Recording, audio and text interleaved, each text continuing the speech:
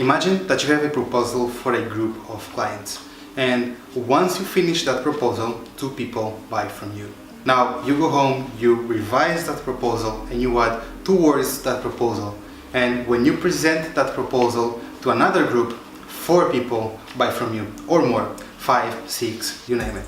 Is it possible that two words can change the behavior? In fact, can change the chance of your customer saying yes to your product? It is, and it was proven by two scientists in 1982, if I'm not mistaken. In fact, they did a test with an advertising. Now, in 1982, there was an area in the United States that was not yet exposed to cable TV. So they did the following ad, and in fact, I'm cheating, I have the ads here, so I'm just going to read it. So the first ad plays like this. Cable TV will provide a border entertainment and informational service to its subscribers. Used properly, a person can plan in advance to enjoy events offered instead of spending money with babysitters and gas and putting up with the hassle of going out. More time can be spent at home with the family alone or with friends. Now, the second group, they present the following ad. Take a moment to imagine how cable TV will provide you with a border entertainment and informational service. When you use it properly, you will be able to plan in advance which of the events offered you wish to enjoy. Take a moment to think of how, instead of spending money on a babysitter and gas and having to put up with the hassle of going out, you'll be able to spend your time at home with your family, alone, or with your friends. Now, the difference is really subtle, but the results of both ads are really high. Now, if you didn't catch the difference there, the second ad has two main important parts. The first one is this one. Take a moment to imagine how cable TV will provide you with a border entertainment.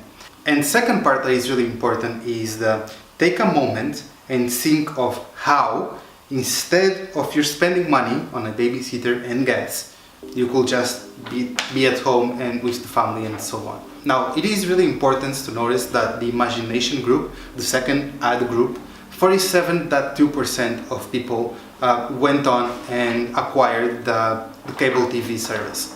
And on the first ad group, only 19.5% acquired that service. Statistically speaking, that is an increase of 123%. Now, why does a simple word like imagine can work so well in increasing the conversion of your clients? It is proven that whenever your client can visualize the benefits that your product have, the chances of them buying it much higher. In fact, in this study, they conclude the study by saying that we know that the request to imagine aids memory and influences the behavior as well. Now, that's one word that can increase your sale. Instead of trying to sell your clients on the benefits of your product, make them imagine how your products can benefit them. Now, a quick example on how this works is if I'm selling you a gym service, for example, and I tell you, come to my gym and you get a six-pack. That doesn't mean too much to you, but now if I change the word of that advertising, for example, imagine that working out for 3 days a week, you could have the body that you always wanted to have. You could have that six-pack that you always wanted to have. Now, I'm sure that the second version of it made more sense because first you had to imagine yourself having the body that you always wanted to have, and then I'm selling you on my gym service. So now you know one simple word that can actually increase the chances of your client say yes. And that's it for today's video, and I'm going to see you guys on the next video. Thank you very much for watching, indeed. Bye.